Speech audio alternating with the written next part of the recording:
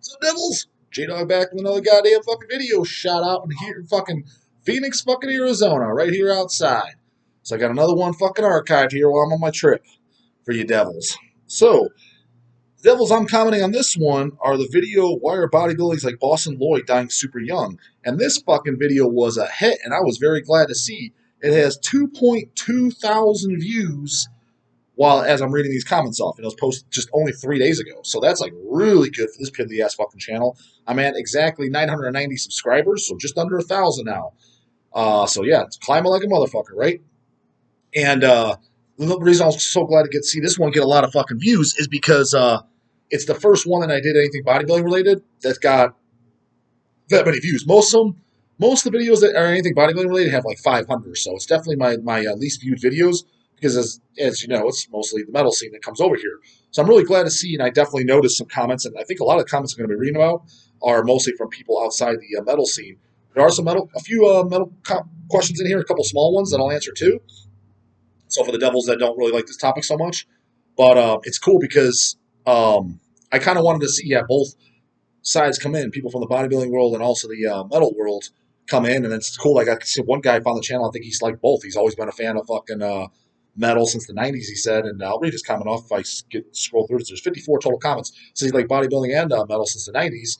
So getting those people over to the channel is fucking cool. You know, a little bit of collaboration of both, and like if nothing else, maybe the fucking bodybuilding fans come over and get to see some fucking real metal, not this fucking gay ass Slipknot, Korn, Tool, all this deathcore fucking 2000s bullshit, actual real fucking metal like goddamnit Throne and crap like that, right? So teach them over there, and the fucking the Devils that are already in the real shit, maybe they'll get into fucking bodybuilding, working out to some capacity, you know, get off of their fucking ass and not just be a lazy shit, you know what I mean? Do something physical and something good for them, right? So it's a win-win situation. So yeah, it was great to see this many views, and there was a ton of like I said, 54 comments. So with no further ado, here the fuck we go. And the first one is from none other than I'm goddamn everything, Goat Man, goddamn it. And his question is interesting to hear about this stuff being completely new to it. Any opinions on Jason Genova? Yeah, I wanted to read this one. He's in the bodybuilding realm to some capacity. Yeah, you're right. But I'm not sure how well known he was / is. I do know he had a beef with Rich Piana, though. Yeah, that whole slap thing. Yeah, I know exactly who Jason Genova is. And it's funny you asked that because I never really thought about him. Maybe this video will even be titled something about my thoughts on Jason Genova, and I'll try to keep it fucking respectful too, especially with this fucking PC ass, pussy ass fucking society we have going on today. But the thing is, I've always was confused, like, why does this dude even have followers? I mean, I just don't understand. Like, maybe, you know, there's something for everybody. What is he, kind of like a Star Wars guy or whatever, and whatever. So there's something for everybody, so I'll give him for that. But I mean, I can't honestly think why anyone would take this dude fucking serious or like take advice from him. I mean, he's definitely got some type of fucking mental deficiency. He's off to some extent, and nothing wrong with that. You know what I mean? It's, you know, poor guy, whatever. I'm not going to bash him for that. But he pulls this crap to where he's doing this Order 66 or Order 69 or whatever the fuck it is, going on people's channels and fucking their lives up. Like, that's what he did with Rich, and that's why there was that slap fight. Quite frankly, if I was fucking Rich, I mean, I think he got off easy. I think he should have been fucking punched in the face and fucking kicked in the ribs while he was down for the crap he pulled. I mean, he's costing people money and shit like that when that's their livelihood. I mean, this isn't my livelihood. I mean, I don't even make any money off fucking YouTube. I can't even monetize these goddamn things yet. Maybe soon here, after I get over 1,000 subs, we'll see. I'll try to monetize them because why the fuck not? But money is no motivating factor behind this channel whatsoever. But the people that are making a living, he's fucking it up. And the thing is people will throw excuses like, so it's funny. It's like a two-way. It's like a one-way street with that motherfucker. People will throw out things. Well, you know, he doesn't know what he's doing because he's mentally challenged, so he doesn't fucking know. But then on the other hand, they're like, you can't say anything about him. He has no mental problems. He's fine. So which the fuck is it? And the thing is obviously he has some type of mental, whatever the fuck he's got. But nonetheless, even with that being said, he 1,000% knows what the fuck he's doing is wrong because he was even on like RX Muscle with Dave Palumbo. And he even admitted it on there. Go watch his interview with him. It's a live interview with him. That he will say, like, I think it's been a while since I watched the interview. It's like, what, 2-3 years old now or something like that? And he even says, like when he get pulled over by the cops or whatever, I can't remember his exact story. I think he said that when he gets pulled over or whatever, he uses it to his advantage to kind of get out of trouble, get out of shit.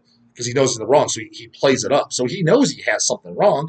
And even when Rich called him out, I think even he did that crap with Mark Lobliner and a couple other guys, and they called him out. He's like, you know, it was just in good fun. You know, it was funny. What wasn't fucking funny, dude? You're fucking my shit up. And you do it to the wrong person. Yeah, Rich just did it kind of funny. Like, people were giving Rich shit. I was like, dude, he really slapped the guy. And he asked him if he wanted to do a slap fight. Like, and he agreed to it. So give me a fucking break. That's wimpification out the motherfucking ass. And anybody that thought that was like harsh or ridiculous, I'm like, yeah, you do that to the wrong goddamn person, they're not even, they're gonna just punch you in the fucking face and beat your fucking ass. And quite frankly, I kind of wouldn't blame him for doing it because, again, yes, okay, he clearly has something, not all there upstairs, but still, like, he knows what the fuck he's doing is wrong, 100% fucking wrong. So yeah, you fuck up, you fuck with the wrong person, you're gonna get your fucking ass whooped. Granted, you're allowed to do whatever the hell you want, freedom of speech, freedom of everything. That's the way I look at it.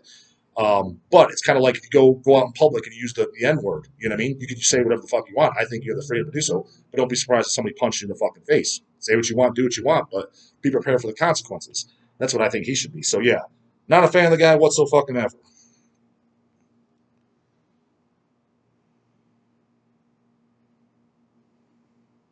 From Gorehound, and he's got kind of a little bit of an essay here, but I thought it was a good one because he's making comments that actually I kind of wish I would have put in the video too because it's a big part what I believe, but I didn't want to put the genetics role in there too much because it's been too much played, especially by Palumbo, who I do like a lot. As you guys know, I'm a big Dave Palumbo fan.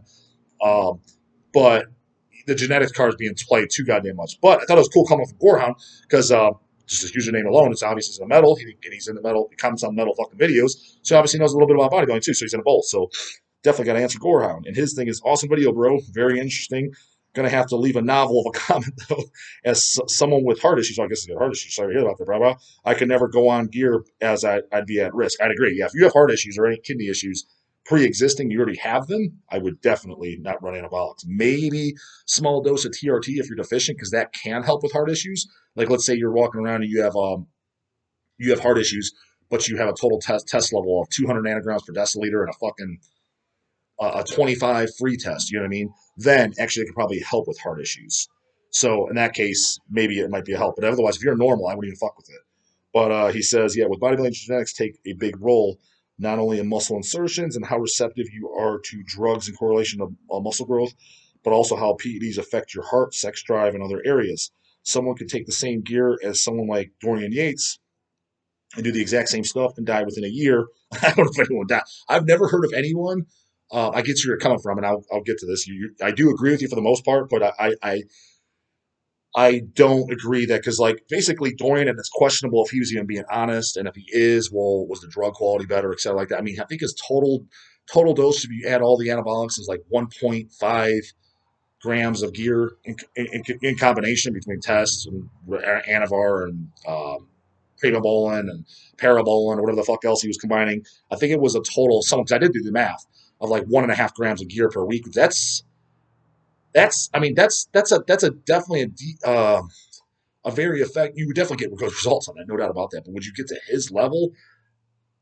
I don't fucking know. It does seem a little bit unbelievable, but whatever. I'll take his word. And I'm a huge Dorian Yates fan, and he does come off as an honest guy. But I start to wonder things like, okay, well, if that's the case, was your quality of gear like just so much better than what's out there now than what the other guys are taking, or was it maybe you miscalculated? Maybe because some of these guys, especially if you watch a lot of videos from the '90s, there's that the hidden faces one, which Tom Platz interviews, like it's Ronnie Coleman, Chris Cormier's in there. I think Mike Matarazzo is another one. I think Paul Dillette's another one. Lee Priest is the only one that doesn't disguise his face, where they blur out the face and disguise the voice. Lee's the only one that just goes in there straight up and just talks about it, doesn't give a shit. Um, all those guys, if you notice an ongoing trend, that I'm almost positive none of them really knew milligram totals. Keep in mind, this is Dorian's era. And Dorian's coming out, he's just throwing out dosages. None of those guys, they went by milliliters. Like, yeah, I would do like, they'll either say cc's or milliliters, which is the same thing. On a syringe, if it says go to the 1 mark, it's 1 cc or 1 milliliter. So same thing. They have to that like, yeah, I was taking like 2 cc's a test and 1 cc a deca. And it's like, what does that mean? That doesn't mean anything. How many milligrams per milliliter was it? Was like the test? Was it 200? Was it 250? Was it 300? Was it test pro, which is just 100 milligrams per ml? What the fuck were you taking? They weren't even throwing esters out there. So it's kind of like, and you could just tell they just didn't know. It's just like they had a vial of whatever, and I took this many milliliters. It's like that doesn't say anything. Was it test fucking 400? So were you taking 800 milligrams of test, or were you taking, was it pharma grade from a pharmacy, and it was 200 per ml. That's what it's like. Tesipinate. Well, so what are you taking 400? Like, so the doses are so drastically like, I don't. That doesn't tell me anything, man. What the fuck were you taking? And it just seemed like, not that they were lying or anything. You could just tell they just very much, the education back then, they just didn't know. You know what I mean? It's kind of like whatever they could get, and that's what they kind of took, and just, I don't know, took a few cc's of this, a few cc's of that, and that was that. So I find it very hard to believe that Dorian, same exact time frame, same era, that he just kind of like knew everything per doses and remembers it literally fucking almost 30 years later. You know what I mean? Sounds a little bit hard to believe. Any fuck way, where did I leave off on the comment? Yeah, stuff die within a year. And like I said, I'm going to say, anyone taking 1.5 grams a year dying in a year, I don't, because like I said, Dorian's combining it somewhere around 1.5 grams. I've never heard of anybody, and I would find that extremely hard to believe. Let's say you just have a 26-year-old. Let's say he's been working out for 3 or 4 years, and he's like, I'm going to start using anabolics. And let's just say he just jumps into 1.5 grams, which that'd be kind of excessive on a first cycle. I would definitely not recommend that. But 1.5 grams of total anabolics per week, and then let's just say he just did it all year, didn't even cycle off. I would, you'd have to have some really fucking hard genetic predisposition to fucking die within a year. You really would. Like, I've never even heard of anyone. Now, if you were to say 10 years, yeah, I could see that. But a year, I don't know about that. Unlike Dorian, who didn't and is healthy today. Correct. Also, another thing about Dorian is he even states he took a lot less drugs than people expected. Again, that's what he says. Does he remember? This was fucking 30 years ago. Is he sugarcoating it? Is he half-truthing it? That's a big, big thing. That's what most of these guys do. Because you got to remember, again, I'm a huge Dorian Yates fan. Like, huge. He's one of my favorite bodybuilders, especially just his work ethic and his mentality. And he does come off as an honest guy and says it how it is. But you guys got to remember, he's got to represent things in a good light. Number one, he's six-time Mr. fucking Olympia. He doesn't want to put a bad limelight on the sport, and honestly, a bad limelight on himself. If he comes out and says, look, I was doing a shot, fucking 3 cc's every day. It was fucking, you do the math, and it was 3 to 4,000 milligrams per week. I was doing about 150 to 200 milligrams of orals per day. I mean, anyone that breaks that down and knows the administration and just everything about it, they're gonna be like, whoa, this is fucking extreme. And to the people outside of this world, let's just say they're just getting to working out, they're looking at, it's gonna be a huge turnoff. They're gonna be thinking like, this is like drug related like a motherfucker, especially if they kind of learn like just like CCs and things and like moving injection sites and things like that. They're gonna be very, very, very turned off. And like moms and dads seeing their kids get into it, it just puts a bad taste in. I'm not saying for sure that's what he did, but you got to keep that in mind. That's definitely a thought process or something that's going to cross your mind, because if you truly tell you what they're fucking doing, it's going to be like, I don't personally care, and it's the name of the game. You do what the fuck bodybuilding. That's one of the reasons attracting me to it is it's so fucking cool that there is no rules. You do whatever the fuck it takes to get to the top, to get the end result. Whatever the hell it takes. So it's kind of cool in that sense. But it's like, if you truly tell it to a person's new to this, it's going to be shocking to say the least. So, and a bit of a turnoff. So, just because he said that doesn't mean it's fucking true. Again, as much as I like him. Where did I leave? This is probably because he was a lot more receptive to the drugs, and that's also possible too. Sadly, with bodybuilding and most things, our genetics take a massive role in how we are. That is true. Yes, I 100% agree with that. But in certain cases, like I said, for example, Boston dying at 29 and Dallas McCarver 26, that's where I was given a problem with Dave, is literally like, okay, so all these guys that have died in the last, let's say the last 6 years and shit, even the older guys, et cetera, I don't think I've once heard him say I was had anything to do with anabolics, drugs, or anything. He's always just says genetics. I mean, come on, man. You gotta like. So you mean to tell me the thing is that's annoying about that is, including himself and almost anybody, no one would say, "Well, the guy smoked cigarettes. He died of cancer." Oh yeah, it was genetic. Nobody would say that. They'd be like, "Oh, because he smoked cigarettes, right?" That's what everybody would say. Well, how is this any fucking different? And then you can make the argument like, well, no, this could be, because his argument is, well, there's still bodybuilders and shit that are still alive that took anabolics. Well, there's people that fucking smoke cigarettes for years and live to be 90. So how's that? So now if you're going to make that excuse, well, no, the people that just died of fucking cancer or heart disease that smoke cigarettes just had bad genetics. No, not really. I think that the people that survived it and made it to a long age smoking cigarettes, they just had really good fucking genetics. The people that died had just probably just average, just normal as far as health receptors for the lungs, emphysema, heart disease, hypertension, things like that, because that's what cigarette smoking can affect. They just probably had normal, maybe a little less than, maybe a little bit sensitive genetics to that. But the people that made it to a long age, 85, 90, and shit like that. I know a guy, literally a guy that we used to get our boxes from. Our LP mailers at Hell's, the 1 inch LP mailers that you guys, if you order like 1 LP, 2 LPs, 3 LPs, or like 1 LP and a CD, those boxes come in. All the regular devils that order from Hell's Headbangers know this. It's the same mailers. Those are custom designed mailers. The guy that worked for that company, he'd come in and just kind of like, just drop off popcorn or shit like that, kind of like appreciation as a customer. He's been a customer for years. The guy just died a couple years ago. He was 92 years old. He smoked for 40 years. Most precise. I know he did quit, but he made it 90 fucking two. So when people say, "Oh, who the hell lives to smoke cigarettes at 92?" I met one. I literally know one in fucking person. Point blank told me, and he was moving around, still driving all the way to the day he died. So they exist.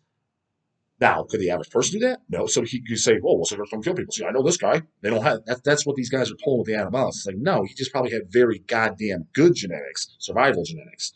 Same thing with like, look at Ozzy Osbourne. How the fuck's that? How's that motherfucker still alive? It's not because the other people that did what they did and they did what he did and are died at, let's say, 40.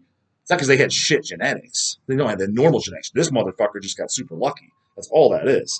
So yes, the genetics definitely do play a massive role. And as far as what effects you're going to get, like, for example, some people, they might get heart disease if they're susceptible to that, taking antibiotics. Another guy, he might have no problems with his heart, but he gets prostate cancer.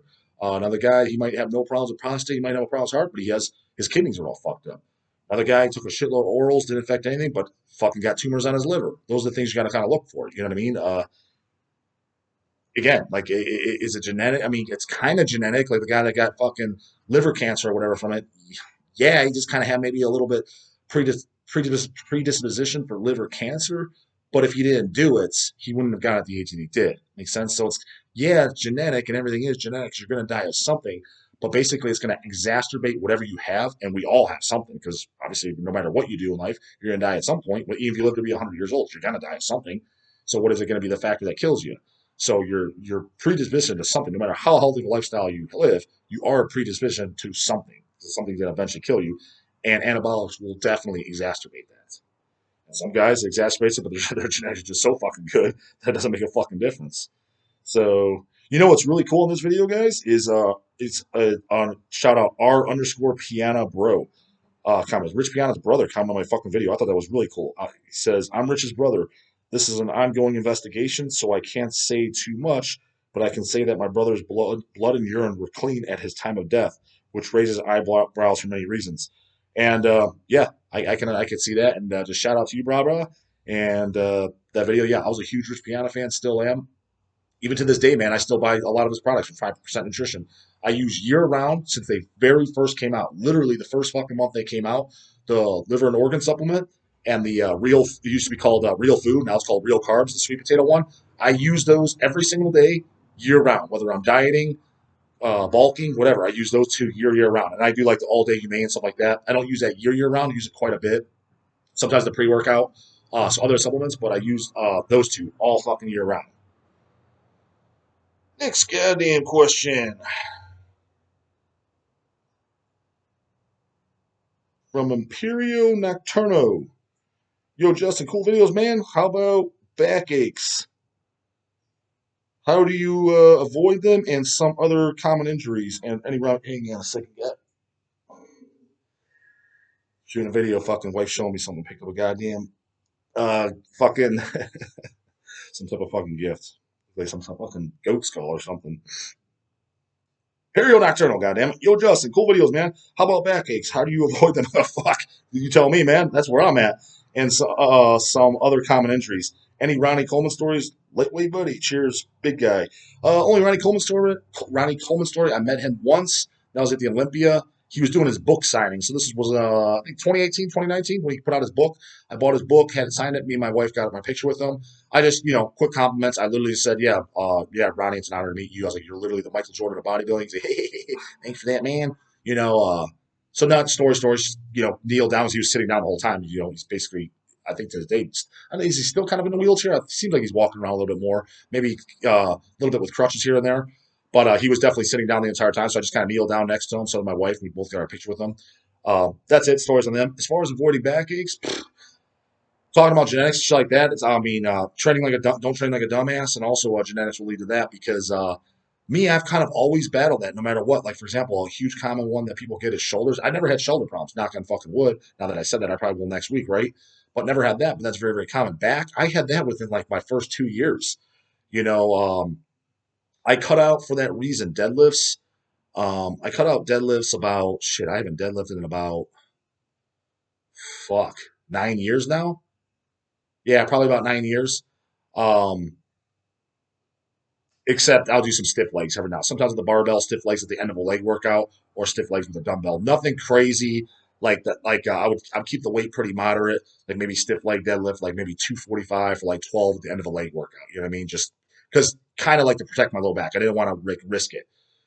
So, anyways, but when I was deadlifting, and this was kind of like my first 5 years of training, for whatever reason, pulling movements I've always been stronger at. So, I mean, like even like me just starting out kind of as a newbie, I mean I was deadlifting like 455 for like 5 reps or so, something like that. So decent amount of weights. And I cut out barbell rows just last year. I cycle them on and off because my low back is pretty fucked up right now. So video goddamn.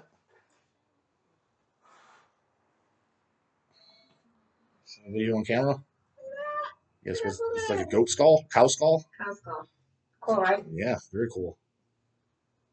So, yeah, cow skull, I guess, here out in Phoenix, Arizona. Anyways, as far as back aches, yeah. So I cut out barbell rows too because the stabilize like dude, that was a movement I was really fucking strong in because I've never been like super strong at, like bench and shit like that. Just just I mean nothing like terrible, but nothing impressive. But like my best barbell row without sloppy form, a pause at the bottom, I could my best ever was 335 for like 7 reps with a pause at the bottom, and I could get it, and very, very little hip drive, anything. But the thing is, even though I can do it, you can just feel like because your low back stabilizing you, it's just the wear and tear. And then on leg day, doing heavy, heavy hack squats, anything over because our hack squat machine too, it's a really heavy fucking sled. Like the platform alone is weighs 105 pounds, and it just feels heavy. When they got it about 4 years ago now, which is my favorite leg exercise. You could just tell it feels heavy. And anytime I'd go over like anything after 3 plates are over, I can when it's just coming all the way down and ask the calves, even just on the slow fucking negative, I could just feel it in my back. Even though that pad, your back straight against the pad, just all that basically the back being a stabilizer. That's where my back is. Basically, what I have now is back. 'Cause I had an MRI done, and I saw a spinal surgeon. I've done tons of chiropractic work and everything, but I finally got it where I got a bunch of X-rays and I got a MRI, and then I saw the spinal surgeon, and he's confident. He's like, "I think you're going to heal up." He's like, "You definitely don't need surgery." He's like, "That'd be way too aggressive." This is coming from an actual spinal surgeon, so that was pretty cool. But he was recommended to me by my hernia surgeon, and my hernia surgeon's the top guy in the. He's literally the top surgeon possibly in the fucking world, but definitely in the States. Everybody flies out to him. He did Phil Heath's hernias. He did fucking Big Rami's hernias. He did Fuad Abiyad's hernias. He's done tons and tons of pros. They literally on. He's got pictures on. It's got Phil Heath. Falcon photo on his wall, signed by him thanks to Dr. Grishkan. That's who I went to. Anyways, Dr. Grishkan's the one that recommended for my back. He's like, go see him. He's like, this is a damn good doctor. He's like, he's not gonna bullshit you. He's not knife happy. He'll get to the bottom of it. And he did an MRI and he showed me what he is. He's like, okay, so what you have, what the problem what you have is like, he's like, on your very first disc where it's right above the your hip joint, the very first disc in there, there's the pars in between each one. He's like, your pars in between that is literally cracked. He's like, and on the crack, he's like, there's a pocket of water. He's like, which is one that's inflammation. He's like, that's a localized inflammation that's trying to protect that area. He's like, and it's a big ball of inflammation that's pushing up against that nerve. He's like, that's why you get a little bit of that pain shooting down your leg. He's like, he's like, literally, he's like, the fact that you're still working out, man. He's like, it's the best way to heal it the quickest. He's like, you have to practically be bedridden. He's like, just rest. He's like, that's all it is. But he's like, since you're gonna still work out, he's like, obviously don't do anything that irritates it, which I don't. He's like, this could take a year and a half to heal because this has been going on since last August, and we're fucking tomorrow's April now when I'm recording this, and I still have it. Like it still hurts. So I don't do anything I do for back is all chest supported, or if I'm doing like pull downs or anything like that, obviously not because there's a little nothing. No, like if I was to do pull ups, pull downs, anything like that, because your low back's not stabilizing you. But any type of rowing movement, I've even pulled out like seated cable rows, which I can go heavy as fuck in those too. I've always just been really strong. Like even the stack, like I could do I do the stack plus I add like a 45 to it. And I easily 10 reps with not jerky form, but that low back can still stabilize you. So I even pulled those out since it's not chest supported. So I just put any type of rowing movement that's chest supported. Whether even if you're gonna do like a barbell or dumbbell, if you can do it on a if you can get it to where you have a bench to where you can lay against. But we have a lot of chest supported machines, so it's good both plate loaded and pin loaded. I just do those for now. Um, Seemed kind of more of like a pussy movement, but at least I can still train back because I'm not going to risk fucking my back up more. So that's the only kind of thing I can think of is just like basically I would recommend if you're a beginner, do your free weights, do your deadlifts, do your barbell rows and shit like that, but maybe cycle them. Like maybe every other workout, do some that's like all chest and sports. So that way you're giving your, that's probably what I would do going back because I wouldn't have cut them out because you need them. You need those raw free weight movements, but at least your back would get like a week or two every month that's like supported. You know, your chest is supported, so your low back has time to recover. I think what mine was, well, I know what mine was. It was literally just week after week, month after month, year after year. Like it was never like when my injury now happened. It's never like, oh, you did something stupid, I popped in my back or nothing. Oh fuck, my back's fucked. It was just got gradually worse, worse, little worse, little worse, little worse, little worse. And I know exactly what it was from. But you just kind of know you're like, it'll go away. It's fine. Now I'm just a little sore. And then just before you know, you're like, okay, I'm in pain all the motherfucking time now. So what I would do going back is, yeah, cycle your training a little bit. You know what I mean? Don't go in there and deadlift every fucking back workout. Don't go in there and bend over barbell row after workout. So maybe one week do a bend over barbell row. The next week maybe do a chest supported machine row, like with you like plate loaded, pin loaded, whatever. And actually, I kind of like those even more in a sense. They do feel a bit pussy, but you can really isolate the back because you can't fucking cheat unless you're being a complete dumbass where you're bouncing off the frame or something. Because you get a good stretch, and you're it's just stretching out your entire back and rhomboids, but you don't have to worry about fucking with your low back because it can't round out. You know what I mean? So I kind of like them that you could get a really good squeeze and contraction on them. So they're good for that, but want to throw those those one arm dumbbell rows and things like that would be nice to be able to throw back in there. But so basically cycle them. If you have a healthy back now and you're just somewhat getting backaches now and then, basically you're at the beginning of what I had. So back off, do chest supported shit until your low back heals up, and then throw in your barbell rows and your free weight shit, and then a week later go back and just let your fucking low back always heal up, and don't just keep pushing shit, just like ignoring it. That's the best I can say. But a lot of it does seem like it's genetic for that too, a weaker lower back, because some of these pros and shit, when I see them, what they're doing, they're using behemoth weights between, squats and fucking deadlifts and then bent over barbell runs. I'm like, how is this motherfucker? But a lot of it too, I think genetics is part of it where these guys are just not getting problems. But I think a lot of it is, I think a lot of them do have problems. They just don't talk about it. Like, look at guys like Guy Cisterino and shit for years he didn't talk about it. Now his back is all motherfucking fucked up. He talks about it pretty openly now. They got Fu Watch channel and shit. So I think a lot of it is just they're just not bitching and complaining about it. Like for me, until I started bringing it up and stuff like that, nobody would have known 3-4 years ago that my back hurt or achy all the time or all sore all the time. But it was because I just kept it to myself. They didn't really tell anybody because it's not the job. What are they going to do? They don't have a magic wand to fix it. And I don't want to sit there and just be a complainer or a bitcher. So it's a very good possibility. Like it's most of them do have it. They're just dealing with it. You know what I mean? So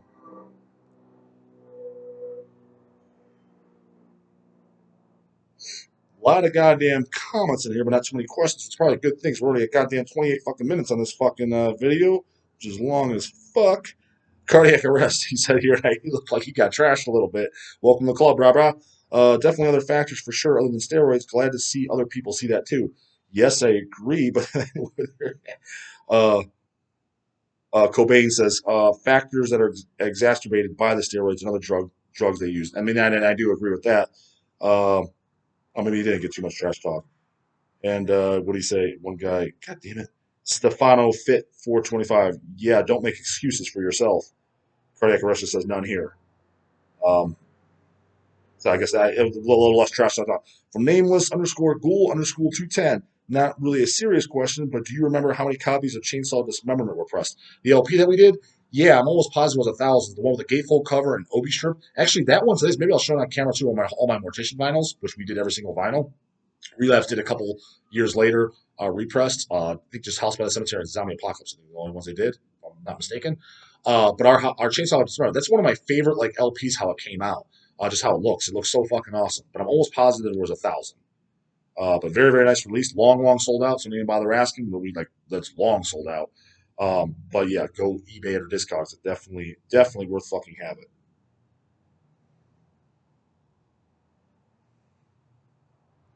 From Ren Renaud. I think Peterson and other top pros could easily be taking fake or really underdosed gear and simply not know because test alone is enough to get huge. No, I 100% disagree. First of all, test alone is not enough to become an IFBB open pro bodybuilder, which he wasn't open, but he's 212, which is the same goddamn thing for a short guy. These guys you see on stage, this is people that know nothing about these compounds. You cannot like get there. You hear like 500 milligrams of test a week, 1,000 milligrams of test a week, and that's all you're taking. You're not going to get to that level. Like looking like George Peterson, will not, cannot, has not been done, will never be done, has never been done. Flat out can't. Just for the cosmetical. Some of these animal too. That's the reason why they stand for contest time. Things like Winstrol, Masteron, Trenbolone, uh, um, Proviron, upping anti-estrogens, things like that, because it has a cosmetic look.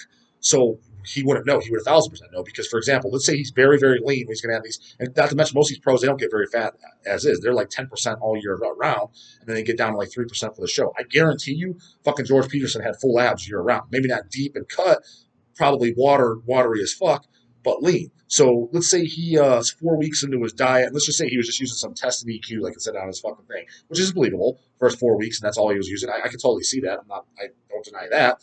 But within like after 4 weeks, let's say he's 8 weeks out from the show, he's going to start adding in things like Trenbolone, Masteron, and let's just say those two there alone.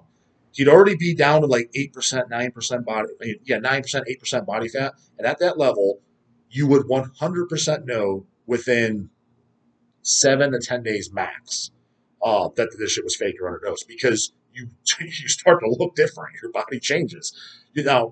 Guys like gym rats and shit that use this stuff, they're like, oh, that they don't know so much of this because they're too fucking fat. Like there's guys that like they'll want to use something like Masteron, which is a complete Masteron doesn't build muscle for shit. It gives you a really hard, dense look when you're already lean. So if you're a fucking fat ass, 15%, not that you're a fat ass, 15% body fat, but if you're a 15% or more, which a lot of these guys will throw it in there, like yeah, Masteron didn't do much. I'm like, you're literally not going to notice any. You literally are going to notice nothing. But what these idiots think is because pro bodybuilders throw it at the end while they're dieting, they think it's like a fat burner that's going to help them burn more fat. It doesn't do that at all. It's just when you're already lean, it will make the muscle look harder and drier. It literally has a cosmetic look. So if George, who's a fucking, I wouldn't say a veteran in the sport, but has several shows under his belt, competed at the Olympia several times, has pro wins under his belt, there's no fucking way he would not notice the effects. He would be like, what the fuck? X, Y, and Z is not happening. I just added these in 7 to 10 days ago. I threw in some Winstrol. This is the way what did say Winstrol was in the system, so we'll leave that one out. But definitely the trend and shit. And not to mention when you're throwing something like Trenbolone, which is the strongest steroid out there, not only are you going to look leaner and harder, he's going to notice that his strength is either holding, like not dropping at all, while his body fat still come down, his weight's going down, or it's dropping very, very little, or in some cases their strength even goes up a little bit because they just save it for contest time, and it's really helps with strength like powerlifters like trying a lot too because it definitely makes you stronger. But then they get the cosmetic look. So there's no fucking way that he would not be taking that for a show. There's no fucking way. And then again, if it was fake, he would know. He would 100% fucking know. The only people that are not going to know is people that never tried it before, out of the loop, or again, fat asses that throw it in there and think they're just going to burn a bunch of body fat because it doesn't work that way. He knows. So I don't agree. No. And Tesla's not enough to get that huge. So no, it is, his shit was, I just think it's, like I said, I think the autopsy was horseshit. Not that I think it's horseshit. I just think it was half-assed because it's called like it is too. Like when a fucking doctor or something sees this guy, on the fucking tape, this guy died. He's just gonna automatically go, okay, this guy died of steroids. That's just what he's gonna think. So he's already kind of thinking this is a waste of my fucking time. Why am I doing this? So it's just half-assed intoxicating. That's just 100% what it is.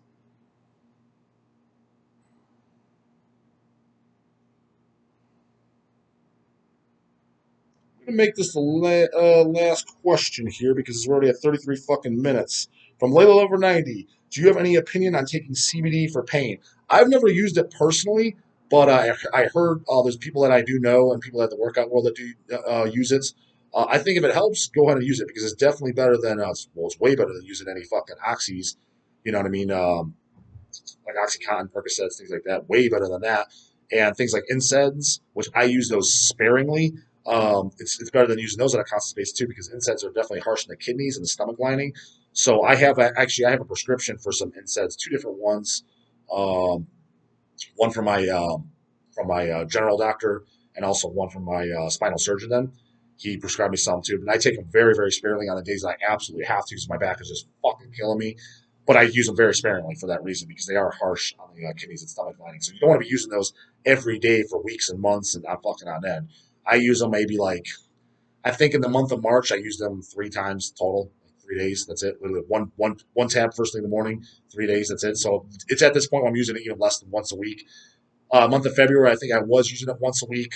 Month of January, I think I was using it 2 to 3 times a week. So it's really because as my pain's getting a little bit, seems like the last week though, my fucking pain has been fucking quite a bit though. But still, I just like kind of been just dealing with it. So CBD, if it helps, help. Maybe I should fucking, to be honest, maybe I should fucking try it. But I have heard guys that helps. I think if it helps, yeah, fucking absolutely, it's way fucking better. I mean, I wouldn't sit there and recommend smoking weed and getting high all fucking day because that's just gonna, especially if your goals, your fitness related, whatever, it's just gonna give you the munchies. And like I said, it's just not an optimal drug, especially if you're 100% natural and shit. Like I said, it converts more tests into estrogen. I've seen it on blood work. So anyone that wants to refute that and be like, the study's saying it's not true. I've seen it before and after on blood work. People pull it and add it. I've literally have seen it with my own fucking eyes. I know other guys that have seen it too. So it's 100% does. Um, so I think it's kind of a crap fucking drug. It's just a lazy man's. It's just a lazy man fat boy drug, in my opinion. Now, if you want to do it, go on and do it. I don't give a shit what you do. I'm just saying, if your goals or anything bodybuilding aspirations, keep it to a minimum. You know, hey, if you want to smoke a little weed before bed or whatever, or hey, you're at a social function and that's how you relax. You're getting down with your buds. You're doing that, a couple times a month. Yeah, no big deal. But if you're smoking weed every fucking day, multiple times a day, I'm telling you right now, I'm telling you right fucking now, this is shit. It ain't good for you and it's not good. I would not recommend it. But if you're just getting straight CBD oil, yeah, I think it could be a benefit. If you notice it, fuck it, use it. That's what I would say. Uh, Shit, I should fucking try it myself. It has been in the back of my mind. I don't know. To me, it just kind of came off as a little hippie, where I'm skeptical. Is this going to work? But I have heard tons of people like, oh, dude, it absolutely works.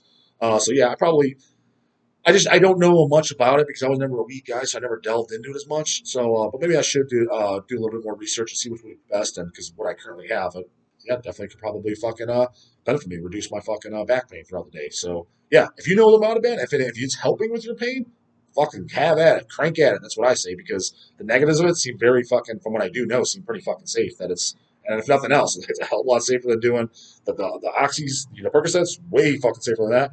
And for long-term damage, kidney damage, and stomach lining damage, definitely healthier than the NSAIDs on a regular basis. So that's it for this one. Kind of a long-winded one, guys. So I probably didn't get to all the questions. So sorry about that, but a little long-winded questions. And any others, keep them goddamn coming on this topic, metal topic, whatever the fuck you got. Leave them in the goddamn comments, and I'll get to them. I'll see you in the next one. Later.